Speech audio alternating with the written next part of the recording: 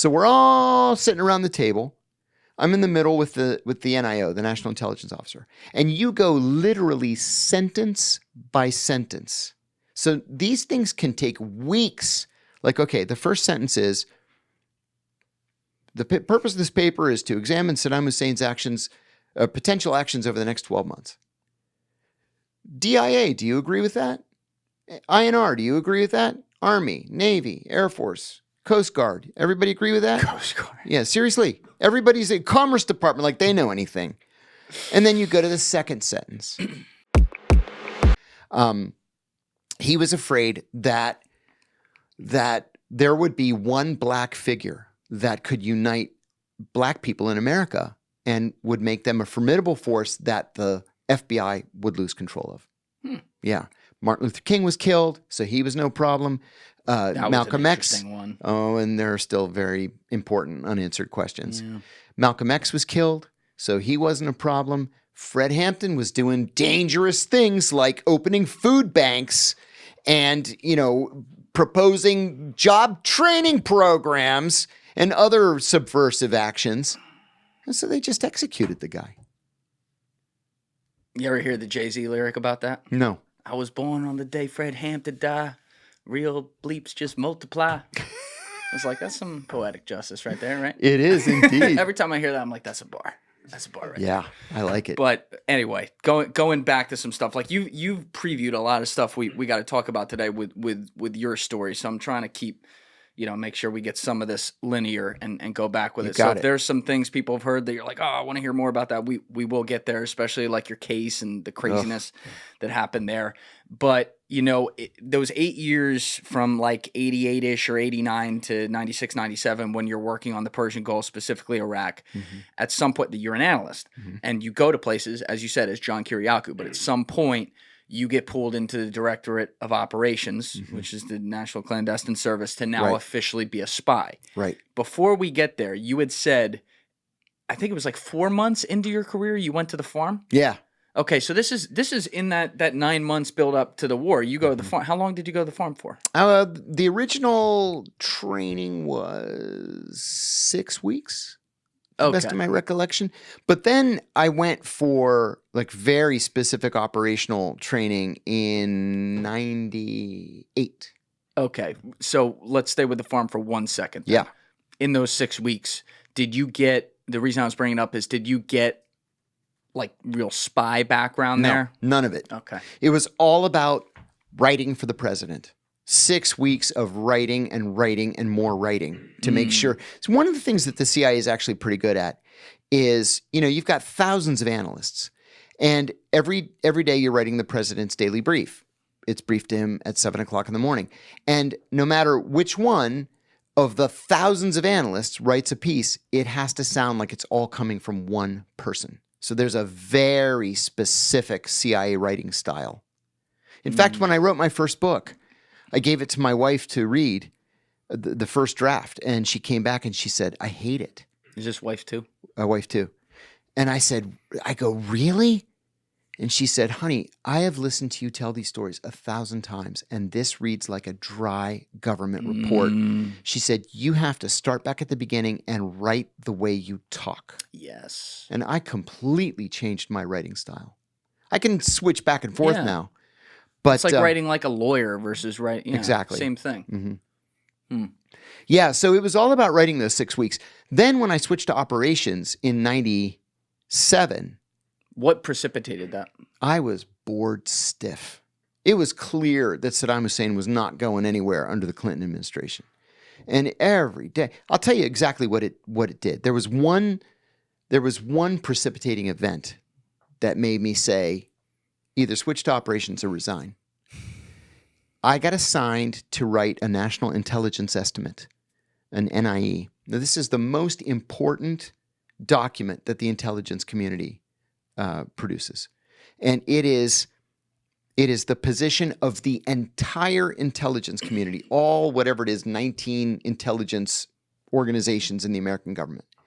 So the National Intelligence Officer said to me, I want you to write this paper, and I want it to be called Iraq, Saddam Hussein's next 12 months. And I said, okay. So I wrote it. I said, Saddam could threaten the Kurds. He could threaten the Shia. He could threaten Kuwait. Big deal, right? I might as well have just taken the previous one and changed the date on it. So he calls together representatives of all of the intelligence services, right? We're talking about the Defense Intelligence Agency, State Department, Bureau of Intelligence and Research, Commerce Department, the Pentagon, the uniformed services, Army Intelligence, Navy, Air Force, everybody. Everybody gets a vote. So we're all sitting around the table. I'm in the middle with the NIO, the National Intelligence Officer. And you go literally sentence by sentence. So these things can take weeks. Like, okay, the first sentence is, the purpose of this paper is to examine Saddam Hussein's actions, potential actions over the next 12 months. DIA, do you agree with that? INR, do you agree with that? Army, Navy, Air Force, Coast Guard. Everybody agree with that? Coast Guard. Yeah, seriously. Everybody's a Commerce Department like they know anything. And then you go to the second sentence. We finished this paper in 4 hours. And the NIO says to me, that was the fastest coordination session I have ever gone through in my career. And I said, Ben, I'm ashamed of this paper.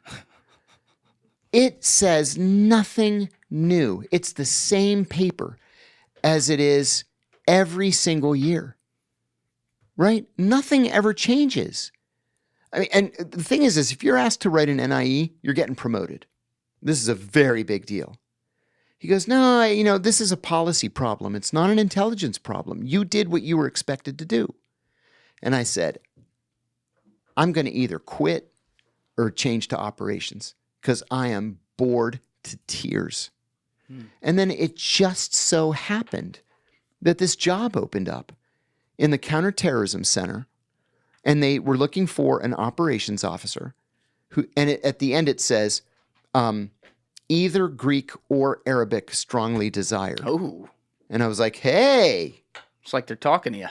And as it turned out, I was the only person in the entire CIA who spoke both Greek and Arabic. So I applied, and I went down to the Counterterrorism Center, and I sought out the officer who had listed it. He was a big shot. You said this is like 97? 96? Very late 97. Okay. And I said, I don't know the first thing about operations, but I speak Greek and Arabic fluently. And he's like, are you kidding me? And I said, no. And he said, are you willing to be tested? And I said, oh, of course. I said, actually, I just was tested in Arabic a couple of weeks ago, but I'll take whatever test you want me to take. And it turned out not only was his secretary Greek, like Greek, naturalized American, she was from Rhodes. So she comes out and she starts speaking to me in Greek. Tenet's worst nightmare. Yeah. And I'm answering her in Greek. And she says, he gets the thumbs up from me like that. And he said to me, it is a lot easier and a lot cheaper to take a linguist and teach him operations than it is to take an operations officer and teach him how to speak Greek and Arabic. Yeah, they're hard languages too. Hard languages, really both hard of languages. them. And they have nothing in common. Yeah. And so I got the job. And they sent me to the farm for the real training. I was going to say, so you've never at this point, like, you've learned to think the way they think culturally at Langley. You know, I'm sure there's a lot of discretion and maybe some natural, good, healthy paranoia you have in life because of who you are. But you've never had to be the dude walking in jeans and a flannel through the streets, tracking another dude. Nope. You know, and I ended up being good at it. Oh yeah, I've heard. So but fun. like, was there a part of you right when they said, "All right, you're in," where you're like, "Oh shit, this is a whole new"? No, I was so into it. I was so into it. Disguises and dead drops and brush passes, and it was just all the stuff you see in the movies. You know, in the James Bond movies, there's always a scene where James runs into the CIA guy, right? Yeah. Because that happens every time. Like you go to a dinner party and you hear, "Hello, John." You're like, "Fuck." You say, "Fuck." "Hello, Nigel."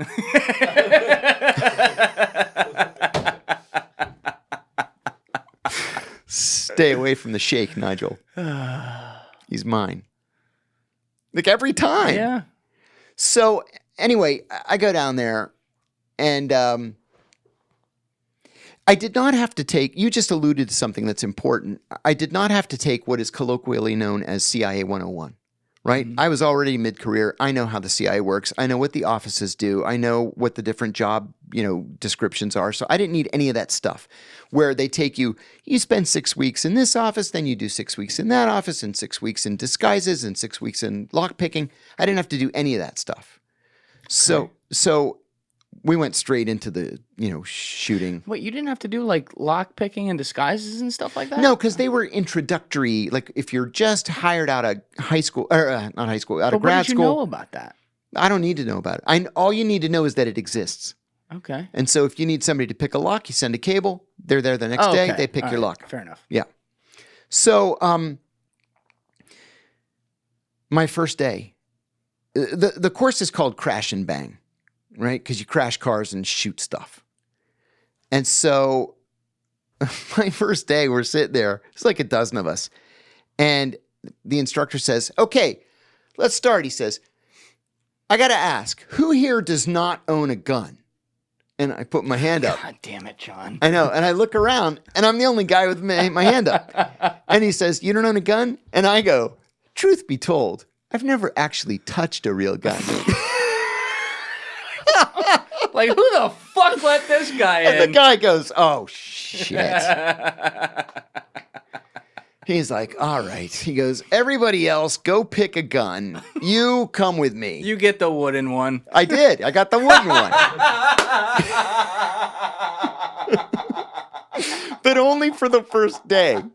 The wooden one with the orange tip. They gave you that in a whistle. At least it made a bulge under my shirt. Oh, my God. So he's like, look, you got to learn the parts of the gun. And I had to take the gun apart and put it back together again. It was a Browning 9mm. Okay. Which ended up hurting me because the Browning, for whatever reason, has the hammer has a big kick, and it cut me here. So I was bleeding all over the gun. Did you report the cut? Sir, this cut me? I didn't say anything because I didn't want to be a dick to everybody. But there's a medic, of course, on site all the time. He's like, oh, your buddy, you're bleeding. I was like, yeah, the hammer keeps hitting me.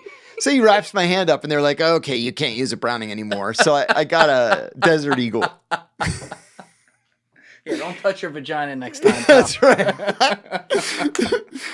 It turned out I ended up not just testing first in the shooting, but one of my instructors pulled me aside afterwards and he said, have you ever shot competitively? And I said, no, these guys were ragging on me because I was the only one that, never used a gun before.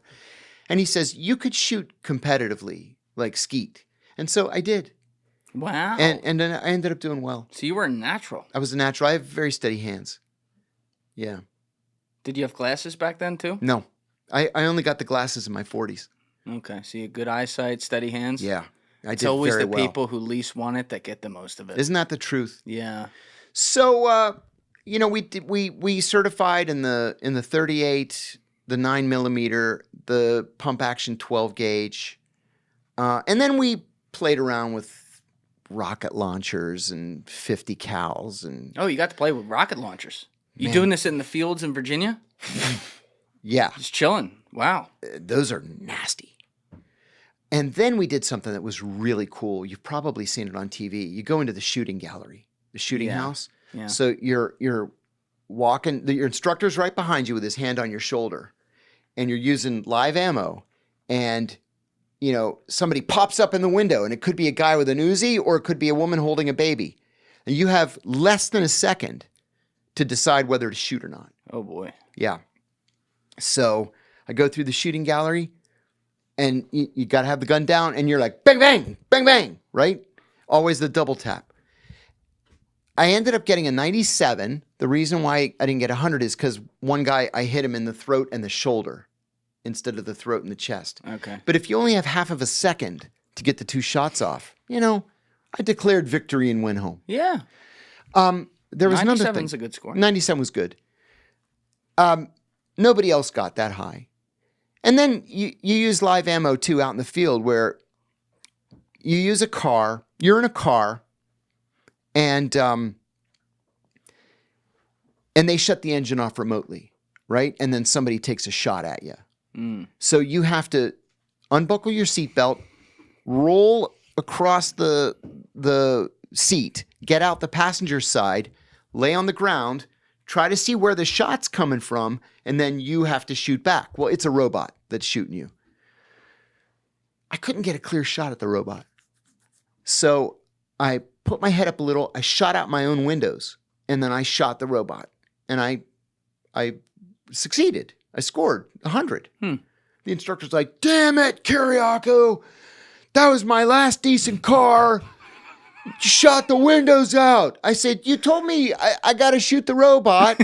I couldn't get a clean shot because you disabled my engine. Fuck the windows, Bill. I know, right? But man, that was fun. Thank you for watching the video, guys. If you haven't already subscribed, please smash that subscribe button and check out this clip's full podcast episode by clicking here or in the description below.